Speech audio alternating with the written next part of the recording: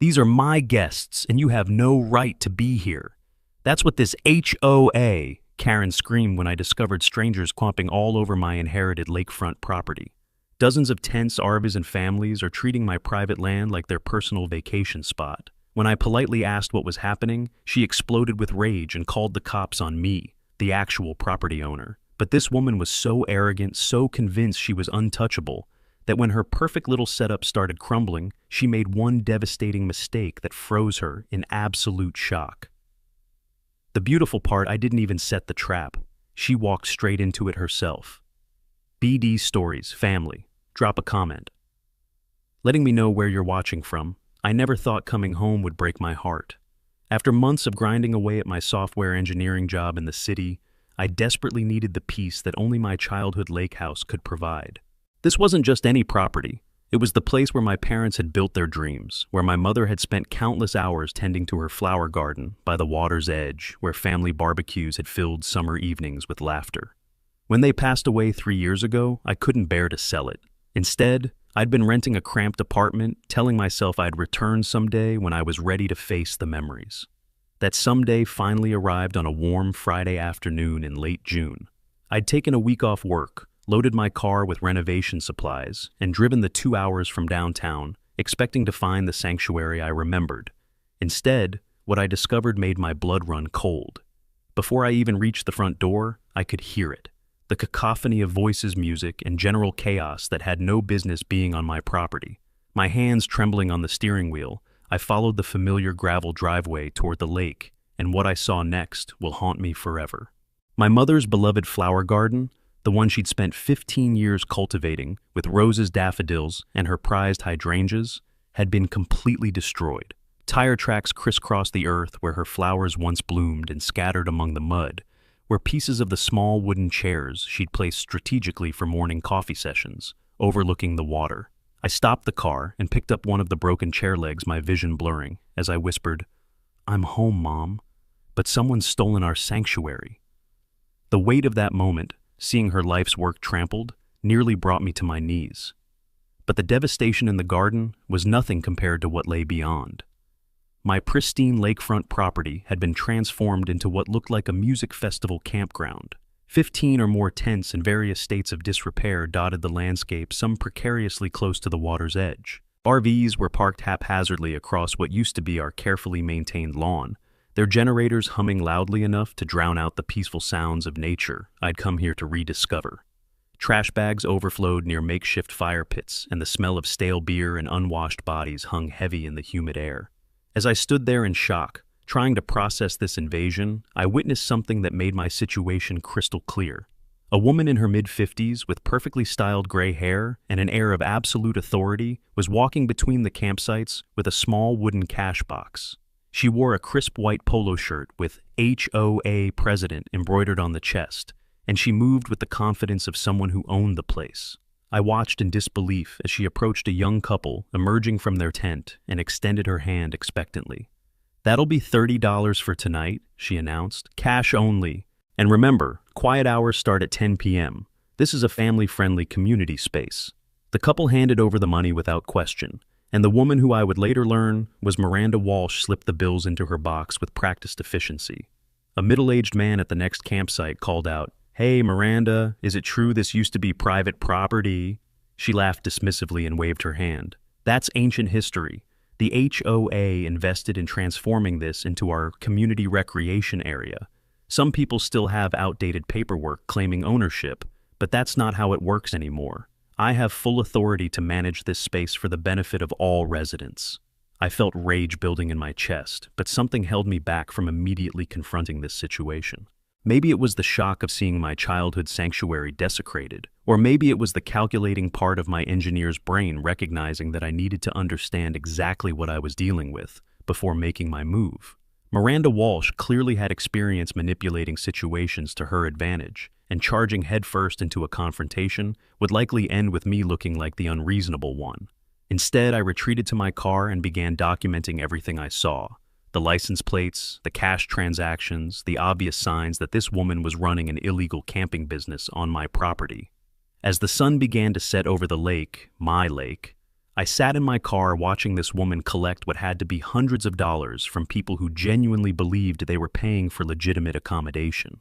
The irony wasn't lost on me that she was using my own property to fund her lifestyle while simultaneously preventing me from enjoying the peace I'd inherited from my parents. But something in her demeanor told me this wasn't just about money. The way she carried herself, the authority she claimed, the casual dismissal of outdated paperwork. This was about power control and the intoxicating high that came from bending others to her will. That night, I drove back to the city with my mother's broken chair leg on the passenger seat and a head full of questions. Who was Miranda Walsh, and how had she convinced an entire community that my private property was their recreational space? How long had this been going on, and how much money had she stolen through this elaborate scheme?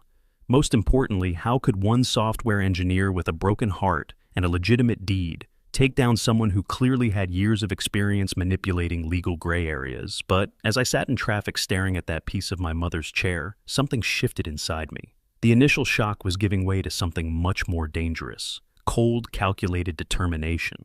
Miranda Walsh had picked the wrong property to steal, and she'd underestimated the wrong person. I didn't need to shout or threaten or play by her rules. I just needed to be patient, observant, and let her own arrogance become the rope she'd eventually hang herself with. But could a mild-mannered software engineer really take down a former lawyer with years of experience abusing power-type karma? If you believe Ethan will find a way to get revenge, type hopeless if you think he'll have to surrender to Miranda. The next morning I called in sick to work and drove back to the lake with a plan. I wasn't going to storm in demanding justice. That's exactly what Miranda Walsh would expect, and exactly how she'd maintain control of the narrative. Instead, I was going to do what I do best: gather data, analyze patterns, and build an airtight case. My drone laptop and a cooler full of patience were all the weapons I needed for what was about to become the most satisfying week of my life. I parked on a hill overlooking the property and launched my drone for an aerial survey of the damage. The footage was even more devastating from above. Tire tracks everywhere, garbage scattered across what used to be pristine grass, and clear evidence of human waste disposal that was definitely violating multiple environmental regulations. But the most valuable footage came when Miranda arrived at 9 a.m. sharp, making her rounds with that cash box like she was collecting rent from tenants.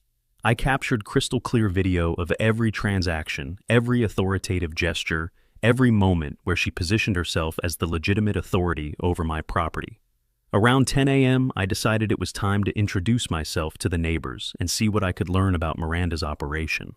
I walked up to the house next door, where an elderly couple was tending to their garden with obvious love and care. The contrast between their well-maintained property and the chaos next door couldn't have been more stark. When I introduced myself as the actual owner of the lake house, their reaction told me everything I needed to know. "Oh, honey," the woman said, glancing nervously toward Miranda's direction, "you need to be very careful. Mrs. Walsh once fined someone $200 for hanging their flag one day early before a holiday. She's got ways of making life difficult for people who cross her." The husband, Thomas Rodriguez, shook his head grimly. "We've been wondering when the real owner would show up. She's been claiming HOA authority over that property for months, but something never felt right about it. The paperwork she showed the community was vague, and she got very aggressive when anyone asked detailed questions." His wife, Susan, added, "Just yesterday, a young college student moved in next door, Dylan Pierce. Sweet kid, but he seemed confused when Mrs. Walsh told him this was an official HOA camping area. He kept asking for documentation. Perfect. If Miranda was already dealing with questions about her authority, then my appearance would only increase the pressure. But I needed to test the waters carefully. I decided to set up one small tent on the far corner of my own property. Technically not interfering with her illegal camping operation, but definitely making a statement about who actually belonged there. I pitched my tent in full view of the other campers, then sat back to wait for Miranda's reaction. I didn't have to wait long. Within an hour, I heard the unmistakable sound of sirens approaching. Miranda had called the police on me, the actual property owner, for camping on my own land. The irony was so perfect it almost felt scripted. 2 officers approached my tent with skeptical expressions, clearly expecting to deal with another trespassing situation. "Sir, we received a complaint about unauthorized camping. Do you have permission to be here?" the lead officer asked. This was the moment I'd been preparing for. I calmly handed over my deed, property tax records, and identification while Miranda stormed over with her usual authority.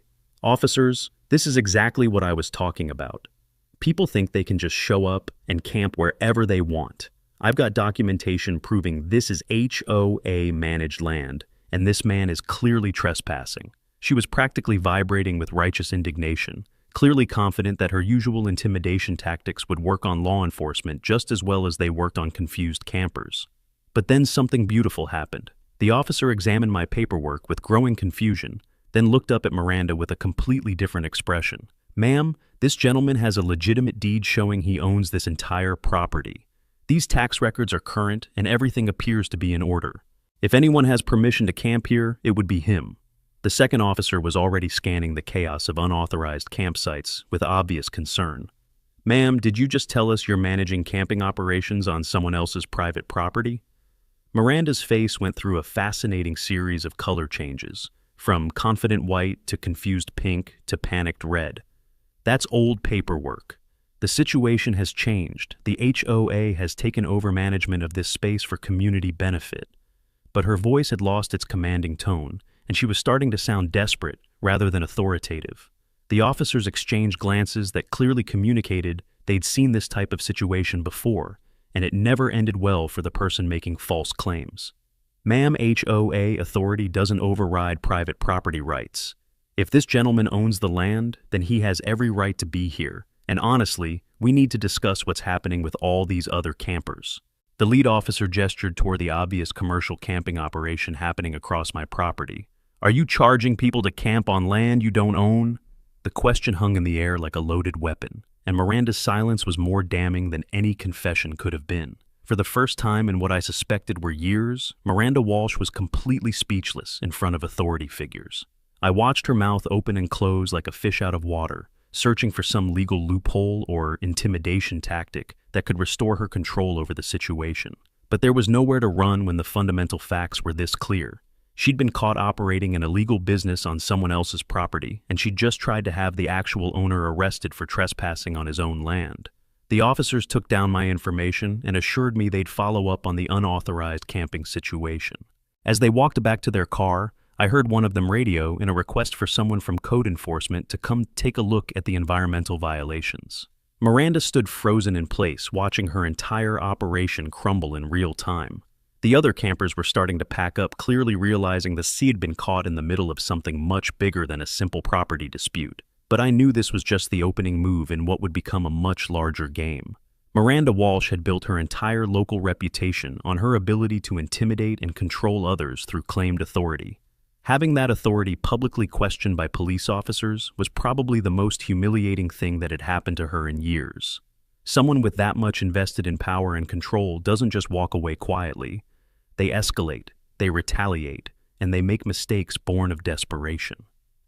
For the first time in her life, Miranda Walsh had to stay silent in front of police officers. But a cunning fox like her, who had been bending laws for years, would she really let Ethan continue winning like this?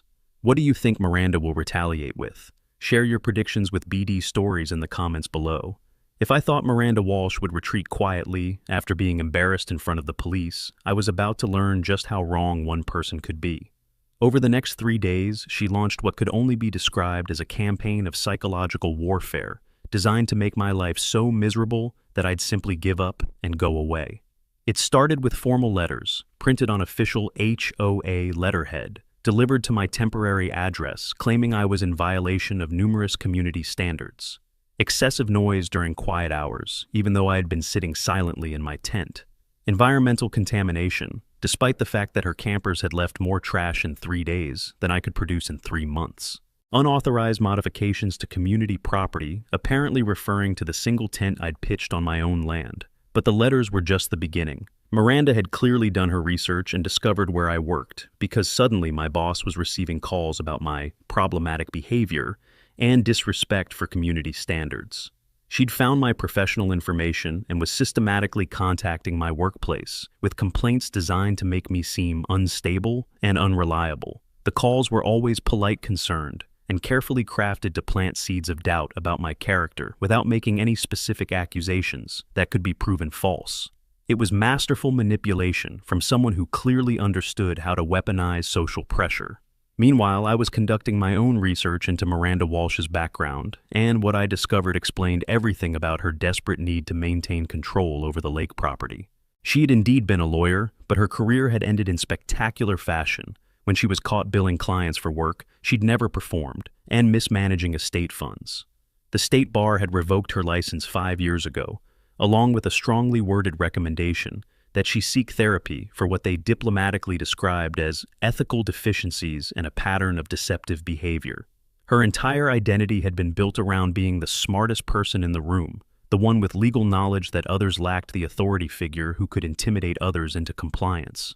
The HOA presidency was probably the only position of power she could still obtain, and she'd clearly turned it into a way to reclaim the control and respect she felt she deserved. Charging people to camp on my property wasn't just about money. It was about proving to herself and her community that she still had the intelligence and authority to run complex operations without oversight. Every dollar she collected was validation that people still trusted her judgment and followed her leadership. This psychological profile gave me exactly the insight I needed to design the perfect trap. I spent an evening carefully crafting a post for the community bulletin board, not accusing Miranda of anything directly, but simply announcing that due to serious infrastructure concerns, the lakefront camping area would need to be temporarily closed for safety inspections. I made sure to mention the potential revenue loss, approximately $2,000 per month, and expressed hope that someone with appropriate authority and expertise could expedite the resolution process. The post was pure bait designed to trigger every insecurity and compulsion that drove Miranda's behavior. The mention of lost revenue would activate her greed, while the implication that appropriate authority was needed would challenge her sense of importance and control. Most crucially, I made it sound like I was desperately seeking someone to help resolve the situation, rather than threatening her operation directly. To someone with Miranda's psychology, this would seem like an opportunity to demonstrate her power and expertise while protecting her income stream. Within hours of posting the notice, Miranda had not only removed it, but posted her own announcement, dismissing my concerns as the confused complaints of an outsider who doesn't understand how community property management works. She assured everyone that she would personally handle this situation, and that camping operations would continue without interruption under her direct supervision. But I could see the cracks forming in her confidence. She was starting to use more aggressive language, making more absolute claims about her authority, and showing signs of the desperation that comes when someone feels their control slipping away. I also took the opportunity to have a casual conversation with Dylan Pierce, the college student my neighbors had mentioned. He was indeed confused about the camping situation, politely asking me, "Mrs. Walsh said this is an official HOA camping area. Are you a member too?" When I explained that I was actually the property owner, his relief was palpable. "Thank God," he said. Something felt wrong about the whole thing. I asked for documentation about the HOA's authority over this land, and she got really defensive. I was starting to think about camping somewhere else next weekend. Dylan's comment gave me an idea that would prove crucial in the coming confrontation. Here was someone who had already been asking the right questions. Someone whose natural curiosity about legal documentation would inevitably clash with Miranda's need to avoid scrutiny. I didn't need to manipulate or orchestrate anything. I just needed to let Miranda's own paranoia and control issues create the situation that would expose her true nature. The stage was set for what would become the most satisfying reversal of power I'd ever witnessed. Miranda had taken the bait, completely positioning herself as the unquestionable authority over my property while simultaneously escalating her attacks on my reputation and livelihood. She was operating from a place of panic disguised as confidence, making bigger and bigger claims about her power, while becoming more and more vulnerable to having those claims challenged by someone who simply asked for proof.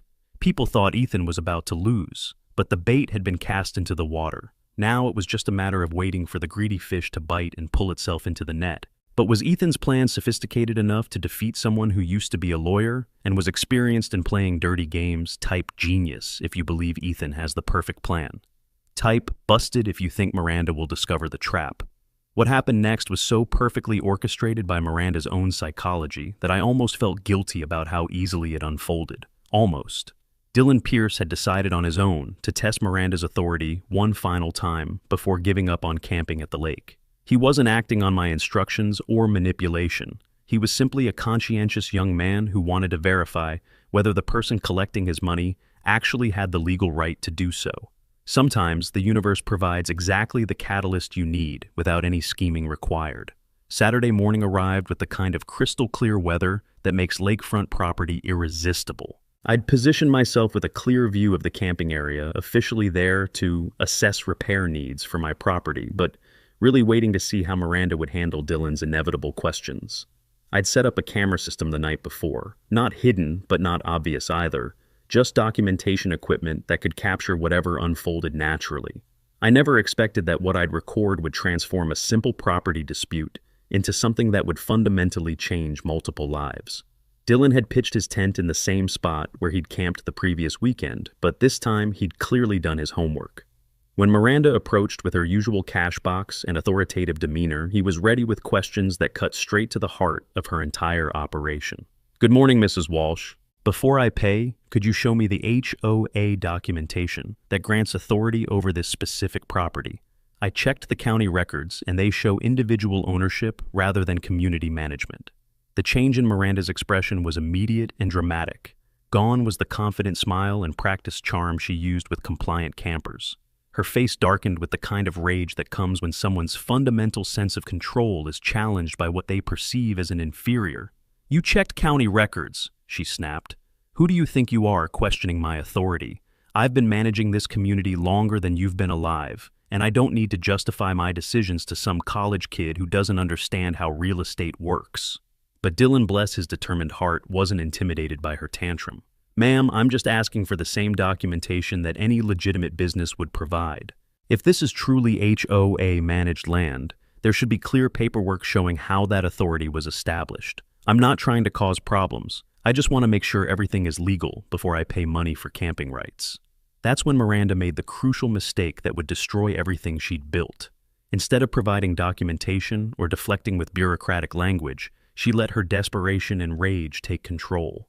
Tony Rivera, the HOA maintenance supervisor, had arrived to help with what Miranda had told him was routine campground management, and she clearly felt pressure to maintain her authority in front of him.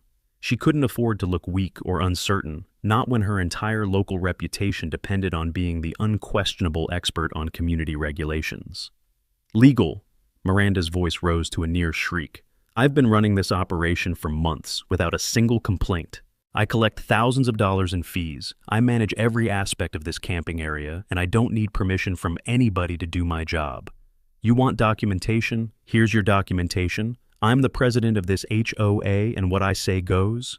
She was gesticulating wildly, her carefully maintained composure completely shattered by Dylan's simple request for paperwork. Tony looked deeply uncomfortable with the whole scene, clearly realizing he'd been brought into something far more complex than routine maintenance. "Mrs. Walsh, I was just asked to help with campground operations. I wasn't trained to handle legal disputes or confrontations." But Miranda was beyond hearing reason or considering how her behavior looked to witnesses. Dylan remained remarkably calm in the face of her meltdown, which only seemed to enrage her further. "Mrs. Walsh, I understand you feel strongly about this, but I really do need to see some kind of documentation before I can pay camping fees. It's not personal. I just want to make sure I'm not inadvertently participating in something illegal." That word, illegal, was apparently the final straw that broke Miranda's self-control completely. What happened next was so shocking that I almost forgot to keep recording. "Illegal!" she screamed, her face now completely red with fury. "You little punk! Nobody talks to me about illegal. I run this place. I make the decisions, and if you don't like it, you can get the hell off my property." And with that, she shoved Dylan hard enough that he stumbled backward and fell into the muddy area near the water's edge. The silence that followed was deafening. 20-plus campers, Tony Rivera and I myself, just stood there in complete shock, processing what we'd all witnessed. Miranda Walsh, HOA president and self-proclaimed authority figure, had just physically assaulted a college student for asking to see documentation in front of multiple witnesses, while claiming ownership of property that legally belonged to someone else. I stepped forward with my phone clearly visible and recording. "Mrs. Walsh, you just assaulted Dylan because he asked for legal documentation. I called the police when I heard you screaming." My voice was completely calm, which seemed to make the moment even more surreal. Miranda's reaction was something I'll remember for the rest of my life. She literally froze, not metaphorically, but actually stood completely motionless, like someone had pressed a pause button on her existence. Her mouth was slightly open, her hands still positioned, as if she were about to shove someone else, her eyes wide with the dawning realization of what she'd just done. For probably the first time in years, Miranda Walsh was completely speechless and powerless, forced to confront the consequences of her own actions. Tony Rivera was backing away from the scene as quickly as possible. "Ma'am, I was never trained for anything involving violence. I'm going to have to file a report about this incident." His words seemed to penetrate Miranda's shock, and I watched her realize that her assault hadn't just been witnessed by random campers. It had been witnessed by an HOA employee who would be required to document what he'd seen. The sound of approaching sirens confirmed that this situation was about to escalate far beyond Miranda's ability to control or manipulate. She'd crossed the line from civil fraud into criminal assault, and she'd done it in the most public way possible.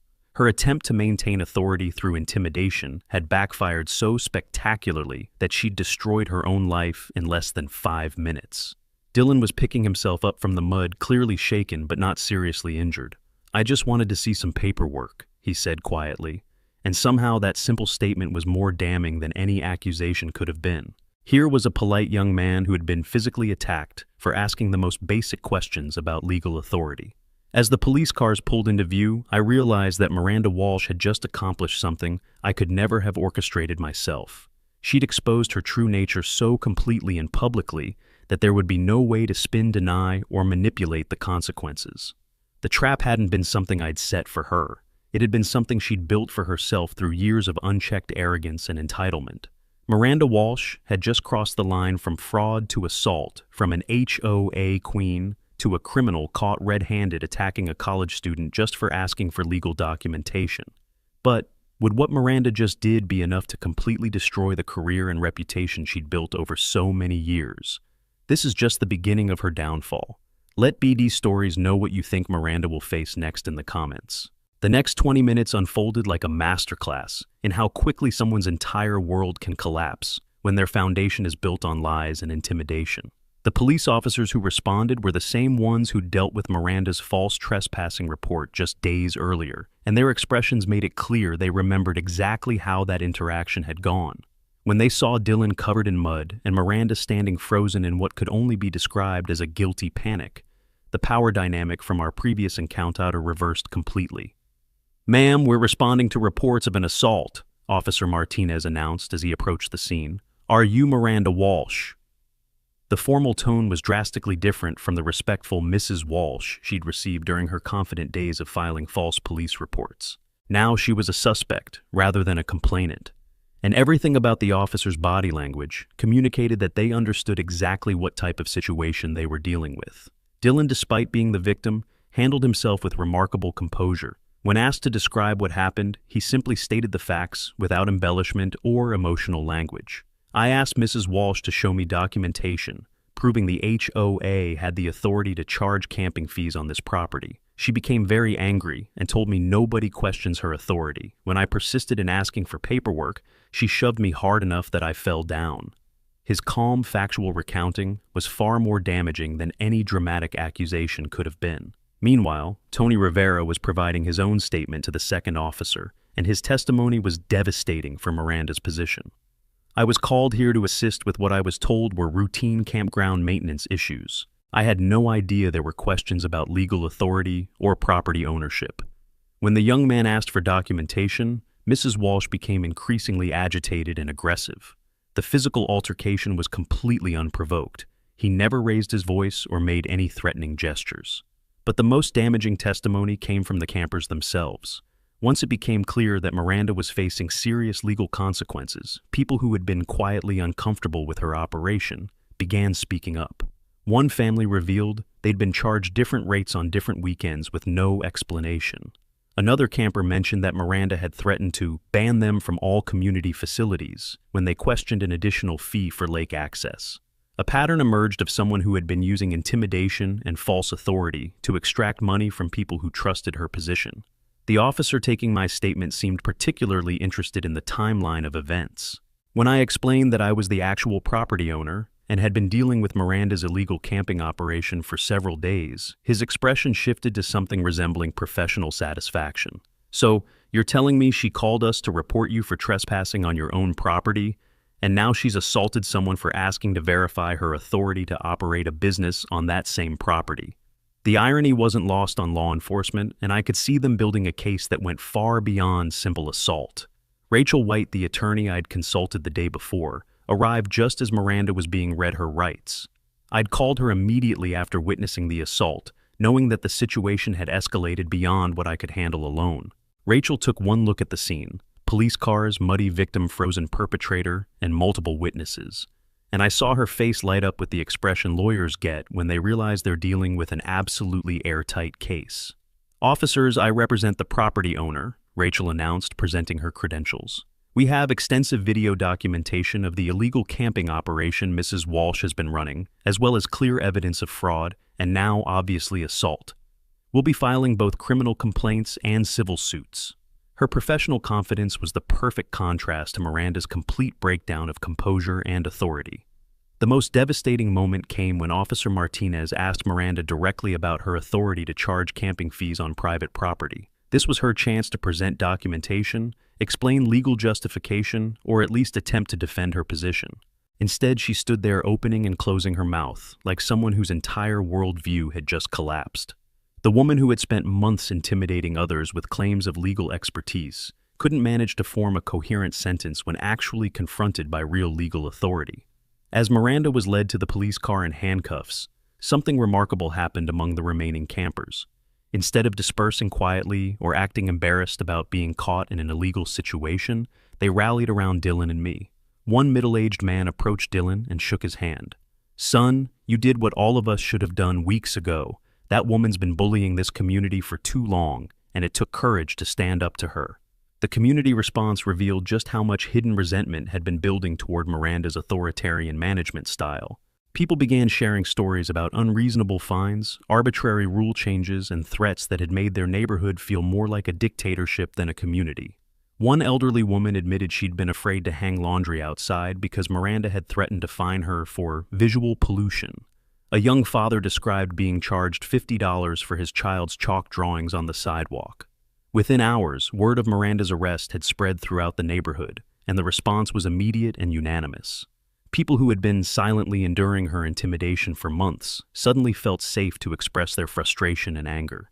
The community bulletin board was filled with comments demanding her resignation and questioning how she'd been allowed to operate without oversight for so long. But perhaps the most satisfying part of the whole aftermath was watching Dylan transform from a confused college student into a community hero. People kept approaching him to thank him for asking the questions they'd been afraid to ask, for standing up to someone they'd all found intimidating. He'd inadvertently become the catalyst for what was essentially a community uprising against tyrannical HOA management. Tony Rivera, meanwhile, was busy documenting everything he'd witnessed for his HOA report. "I need to be very clear in my statement," he told Officer Martinez. "Mrs. Walsh told me this was routine maintenance work. I had no idea she was operating any kind of camping business, and I certainly wasn't prepared to witness her physically assault someone. This goes way beyond anything I was trained to handle." As the police cars finally pulled away with Miranda in custody, I found myself standing on my own property with Dylan, Rachel, and a group of neighbors who were all talking excitedly about positive changes they wanted to see in their community management. The illegal camping operation was over, the environmental damage could be repaired, and most importantly, a bully had finally faced consequences for years of intimidating behavior. Miranda Walsh wasn't just losing power, she was now facing criminal charges. From HOA president to defendant, the fall couldn't be more perfect. But would a woman who had manipulated an entire community for years really accept defeat?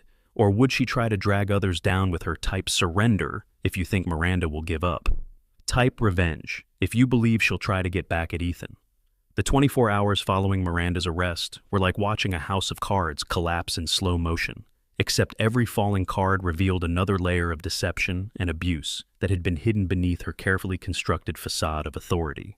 What started as a simple assault charge quickly expanded into a comprehensive investigation of her entire tenure as HOA president, and what investigators discovered was far worse than anyone had imagined. Rachel White wasted no time in filing a comprehensive civil lawsuit that detailed not just the illegal camping operation, but a pattern of abuse of power that stretched back years. "We're not just seeking damages for the property misuse," Rachel explained to me as we reviewed the filing.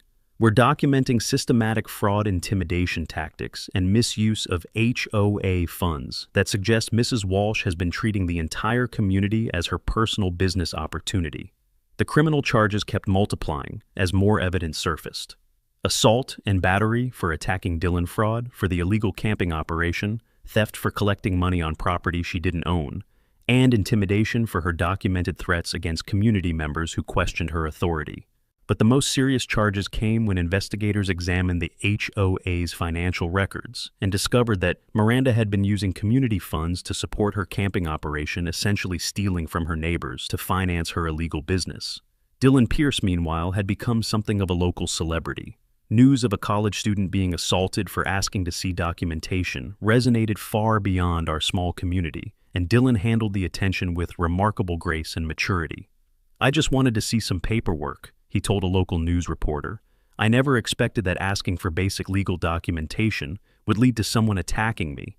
It makes you wonder what else people are hiding when they react that violently to simple questions." The community's response to Miranda's downfall was swift and decisive. An emergency HOA meeting was called for the following evening, and the turnout was unprecedented. People who had been afraid to attend meetings during Miranda's reign suddenly felt safe to participate in their own community governance. The meeting had to be moved to the local high school gymnasium to accommodate everyone who wanted to witness what was essentially the restoration of democratic processes to their neighborhood. Thomas and Susan Rodriguez, my elderly neighbors, spoke at the meeting about years of living in fear of arbitrary fines and harassment.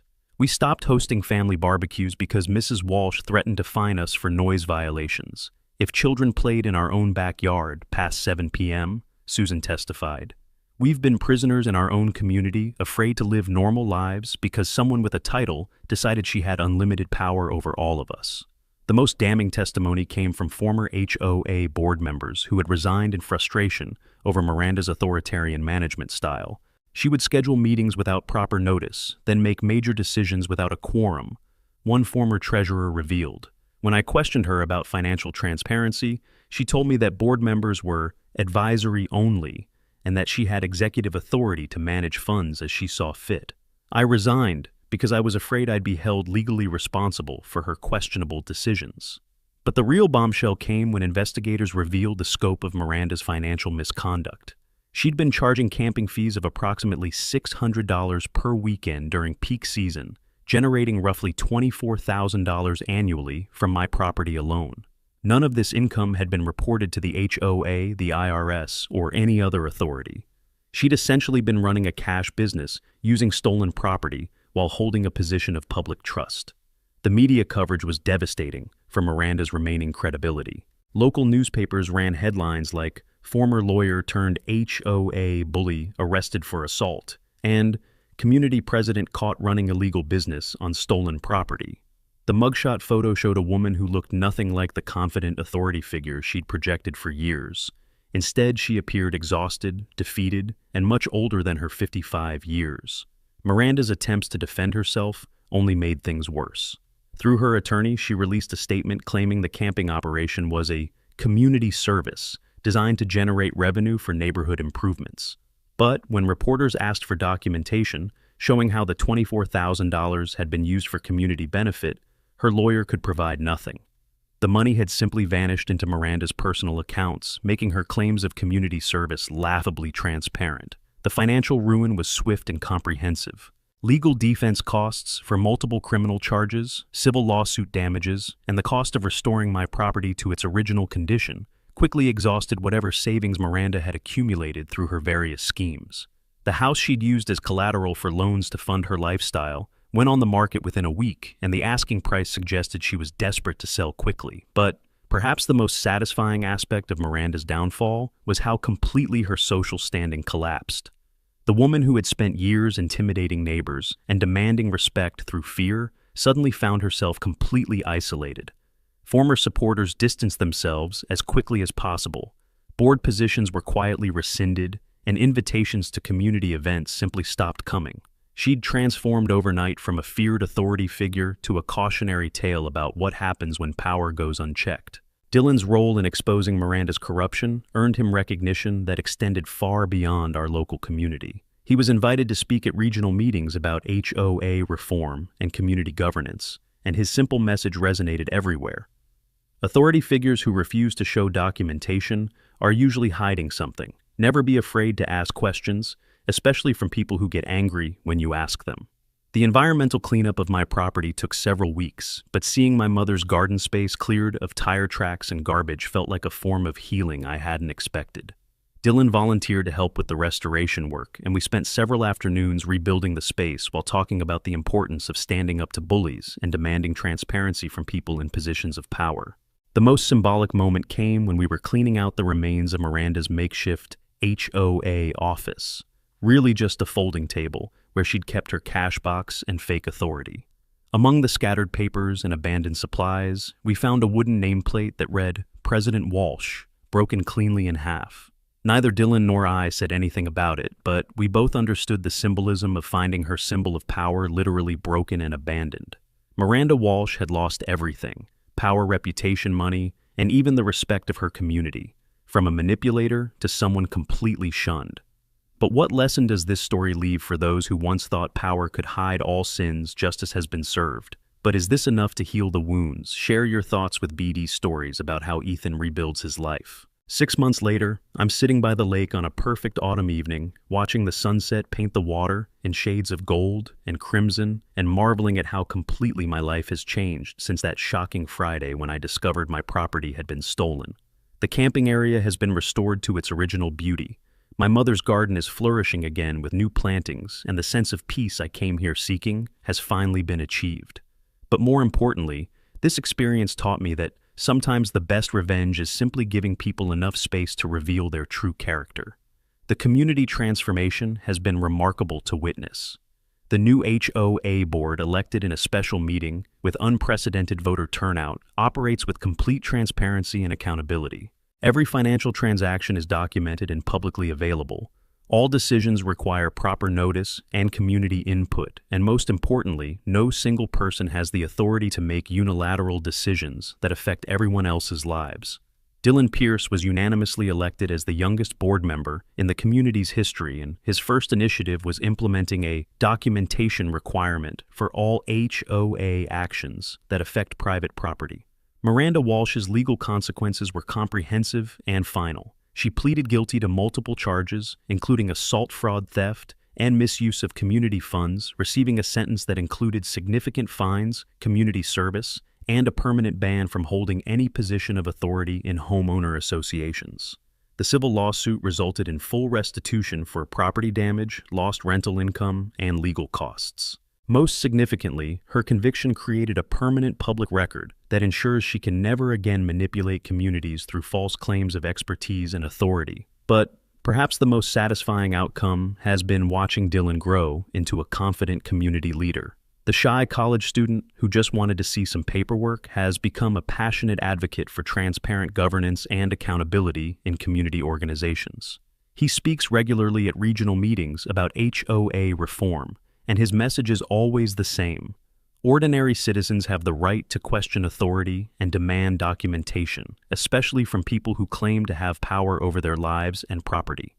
The Johnson family who bought Miranda's former house has become wonderful neighbors who exemplify everything a healthy community should be. Their children play freely in their yard without fear of arbitrary fines. They host barbecues that bring neighbors together rather than driving them apart. And they've even established a small community garden where Miranda's old HOA office used to be. The contrast between their collaborative approach to neighborhood life and Miranda's authoritarian control couldn't be more striking. Last weekend, Dylan brought his nephew to visit and taught him how to properly set up a camping tent, with permission on appropriate property following all environmental guidelines. Watching a young child learn about respecting nature and property rights from someone who had demonstrated such courage in defending those principles felt like witnessing the best possible outcome from what started as such a painful situation. The lake house itself has been restored beyond its original beauty.